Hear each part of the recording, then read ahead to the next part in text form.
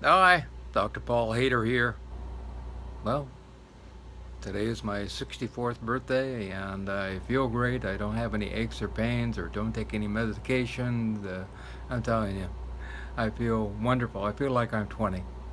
And I work out on a regular basis, doing those 100 pull ups, 100 sit ups, 100 crunches, uh, working out with weights, walking 6.5 to 7 miles a day. And I think I owe it all to having a great attitude and love of God, and also my diet, of course, which is extremely important. But also, it's having that loving kindness that everybody needs inside. We need to love and care for ourselves. If we can't care for ourselves, how can we care for anybody else, you know? And we just went through Hurricane Irma here, and that was a category 5 plus. And boy, we thought we were in for a big shock. And it got up to 180, it was going to be 185 miles an hour, close to the center of the thing, and it got to be 85 miles here. And we really didn't have too much damage. We have a few trees that went down in the area, and we were saved, and everybody was praying, and Irma went up at the last minute, and then we were saved. Some of the little islands off our coast, and before you get to Puerto Rico, also got hit pretty hard.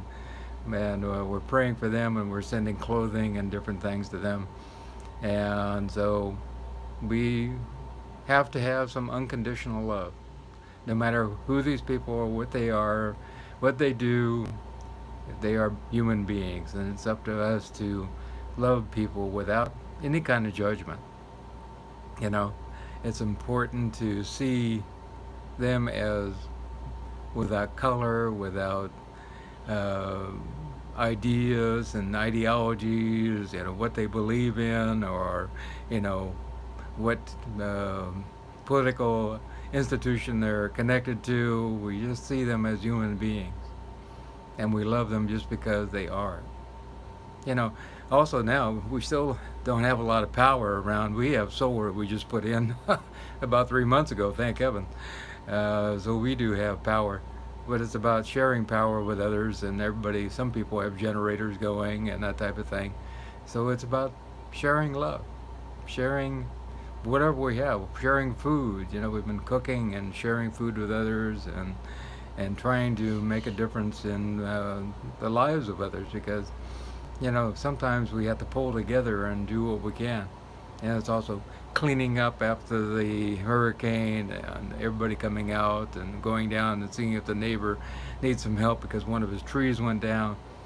So it's all important. It's about every single word we utter, every single thought we think. It's about every single action that we take, which is loving and kind. We have three aspects which make up wisdom. We have wisdom on the top, and then we have willpower on one side and love on the other, and then creation on the bottom. And if we take and use will with love, we make a creation. But will without love actually destroys, and it's no longer part of wisdom. So we said will with love is creation, that creates a diamond. And what is the hardest material in the world? A diamond. And so it's really important that we always take and use wisdom. And wisdom is always includes love. There's no way to get around that. If we don't use love, we use only our will, and it really gets in our way and causes havoc in the world. And we're seeing a lot of that right now. And so anytime we actually take action, is this a loving thing to do? Anytime we have a thought, is this a loving thought to think? Anytime we say something, is this a loving thought to say? And how is this going to impact that person? How am I going to feel? If I were on the other side of that conversation, what would I feel like if I were going to be having those words come to me? And we now know that every thought is creative. There's no doubt about that. And the science has proven this. Our mental attitudes are powerful. And prayer is powerful also. There's been so many studies showing that, when they have people prayed for, I think Lynn Taggart's done a huge amount of these, that people actually get better from illnesses. Some other people did studies with hospitals, one prayed for and one not prayed for. And the ones that were prayed for, people got out of the hospital faster. And so this is a tangible thing. And then after going to see John of God in Brazil, I'm telling you, I have absolutely no doubts about the afterlife, and seeing the orbs fly around and seeing the lights and understanding the healing power of the entities of light. And it goes beyond understanding. And it kind of blows your mind, because you're really, most of us are not really in that mindset of understanding what's on the other side of that veil. But I'm telling you, that veil is so thin that they're here with us all the time. We have these orbs, these entities of light, St. Ignacio, St. Rita, and many, many others. And they're always with us. All we have to do is ask for their help. And that's really important.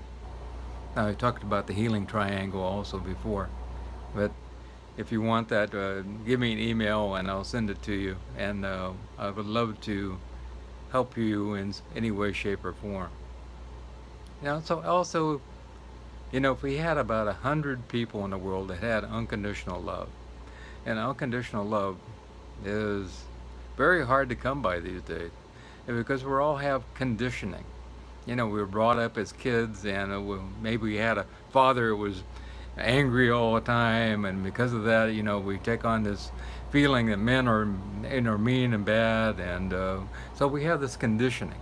Or we had some other situation. Maybe we had a brother or a sister that was mean to us, so we automatically, when in certain situations, react a certain way. But in order to find God, in order to find that which is unconditional love, we have to let go of all that conditioning. And that's not an easy process. I think it takes people till their 50s or 60s usually to let go of that conditioning. And how do we get to that point? I think meditation is extremely important for learning to let go of that conditioning. And meditation helps us to get to a point of just being. And right now, I see so many people in a state of heightened anxiety, and that's not good. My wife is looking at her phone and saying, "Oh, look at the Hurricane Irma's coming," and I said, "Why are you watching that? This is not helping anything, So we have to look at things which are important to us. And if we take and have about 100 people who are unconditional love, we could change this world in general. And it's important to go out and help people, make a difference in other people's lives, change the way we think. Normally input comes in and we automatically react with something from our past, or we're thinking about the future. And the stimulus is coming in, and the biological part of us comes in and says, this is happening.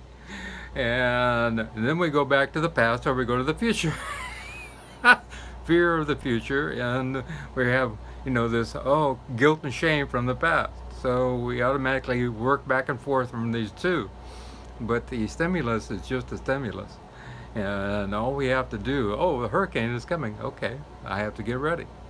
And then from there, we can make good judgments, and loving judgments, and caring judgments.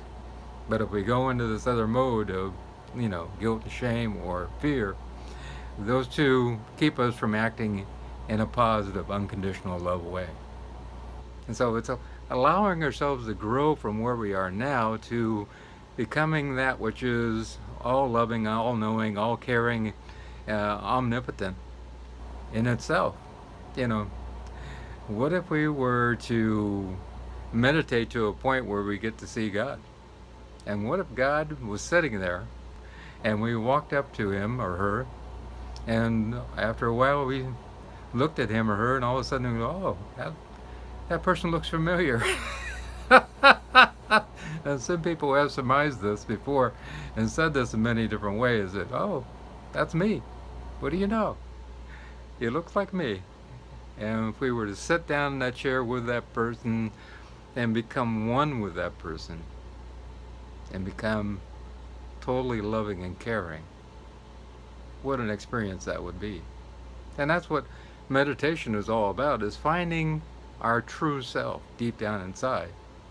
You know, there's a lot of people who are really into materialism and that type of thing, but you know, before I die, the one thing I really want to know is who I am deep down inside.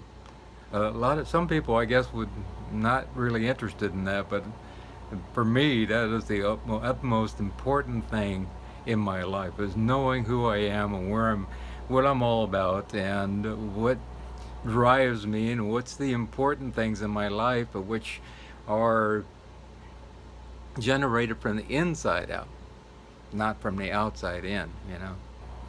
At the mall now they have a whole bunch of expensive cars, Ferraris and Teslas and all kinds of things, and lots of people are going ooh ah, and these are all nice. They're wonderful, but at the same time, there's nothing like inner peace. If you have a Ferrari and you're not at peace at all, what difference does it make? I think it's really important that we find inner peace whenever we can. So allow yourself to do your meditation. No, I do an hour meditation in the morning, an hour meditation in the evening. And I think it's absolutely extremely important to be able to grasp the essence of who you are, the essence of your soul, and find out deep down inside what makes you tick. And from there, you'll find this great peace. I mean, I've been meditating for 30 years, and I'm just beginning, I have to tell you. And I don't go without a day without meditating. It is really, really important for me. And I found some amazing spiritual experiences come out of it. So if you want to grow as a spiritual person, if you want to grow to become a more unconditional, loving person, put in the time to do meditation every day. It will change your life. There's no doubt about it. And thank you for all the well wishes for my birthday. And if you'd like to get a hold of me, my contact information is down below. And all my work I do for free as an herbalist and also as a spiritual teacher. And so please subscribe if you care to. And also, if you care to make a donation, that's greatly appreciated, especially right now. And hope you have a wonderful day. I love you.